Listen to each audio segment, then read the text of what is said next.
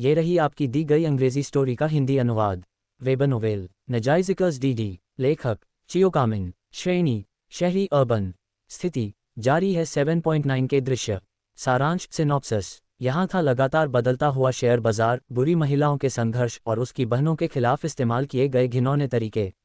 मैं गारंटी देता हूँ कि यह किताब निश्चित रूप से असुका का मुख्य मैदान है। ऊपर बताई गई सारी बातें इसमें होंगी।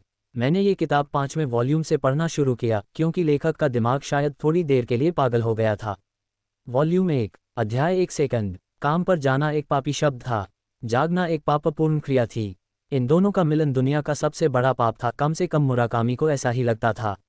घर पर 3 दिन देखभाल के बाद वह ठीक हो गया था और चौथे दिन यानी आज सुबह मुराकामी मुरामासा को उठकर काम पर जाना पड़ा। पता नहीं कोई मुझे याद भी रखेगा या नहीं। हाशिमोटो नानामी के अलावा तो कोई और नहीं लगता। ये साफ था कि मुराकामी भूल चुका था कि अकीमोटो मानात्सु भी उसका धन्यवाद करने का इंतजार कर रही थी।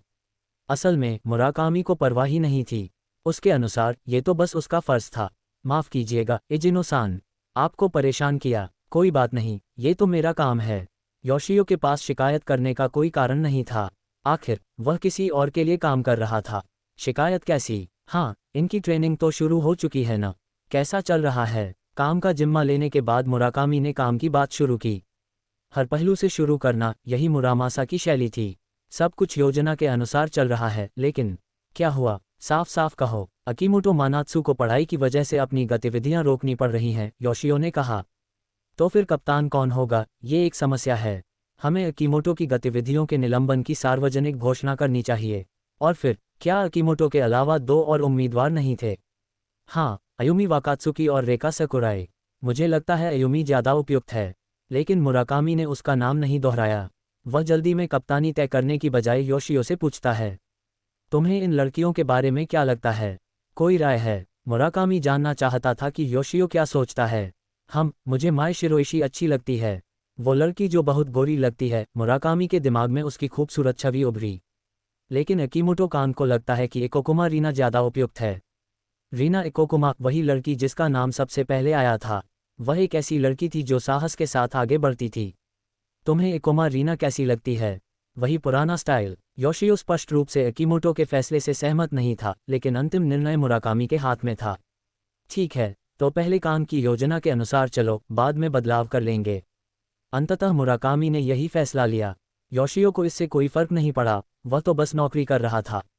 ईमानदारी से कहें तो मुराकामी को अभी भी रीना इकोमा में कुछ खास दिख रहा था, जैसे कोई छिपा हुआ खजाना। अगर तुम हो तो शायद कर सकती हो, मुराकामी ने सोचा। लेकिन अगर रीना इकोमा को नोकी सिटी की सबसे पीड़ित इंसान बनना है तो शायद उसे लंबे समय तक किसी का साथ चाहिए होगा। वह समय देखता है और सोचता है कि चलो ट्रेनिंग रूम जाकर देखा जाए। कहीं वह उस ट्रेनिंग के स्तर को संभाल भी पाएगा या नहीं, यह अलग बात है। ये सोचते हुए मुराकामी ने ट्रेनिंग रूम का दरवाज़ा खोला और उसके सामने आदर भरी निगाहें थीं। ओह सुप्रभात। एक हल्की सी नमस्ते के बाद मुराकामी थोड़ा असहज हो गया। उसे खुद पर शर्म आने लगी। ये है मुराकामी मुरामासा। मुझे यकीन है आप सब इन्हें याद रखते होंगे। डांस टीचर ने उसकी मदद की क्योंकि वह मुराकामी के अधीन काम करता था। हालांकि उसे हंसी आ रही थी।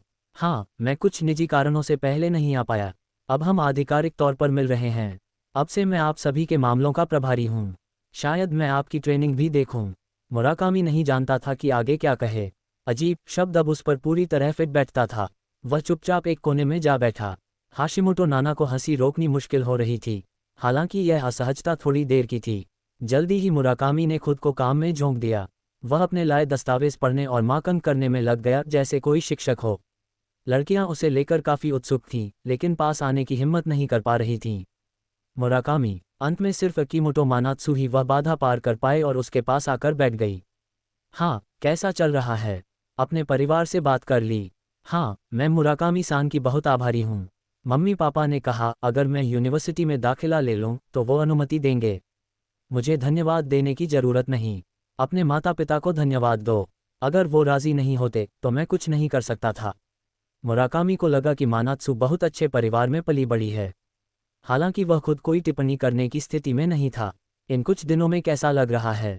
कोई दिक्कत नहीं, सब बहुत अच्छे लोग हैं। ट्रेनिंग की मात्रा कैसी लग रही है? थकान वगैरह? नहीं, बस खाना शायद थोड़ा कम है। प्रश्नवाचक चिन्ह। मुराकामी समझ नहीं पाया। खाना कम, ऐसा कैसे? असल में टिफिन की संख्या तय होती है, लेकिन कुछ लोग एक से ज्यादा खा लेते हैं। मानात्सु ने मुराकामी की उलझन भांप कर कहा।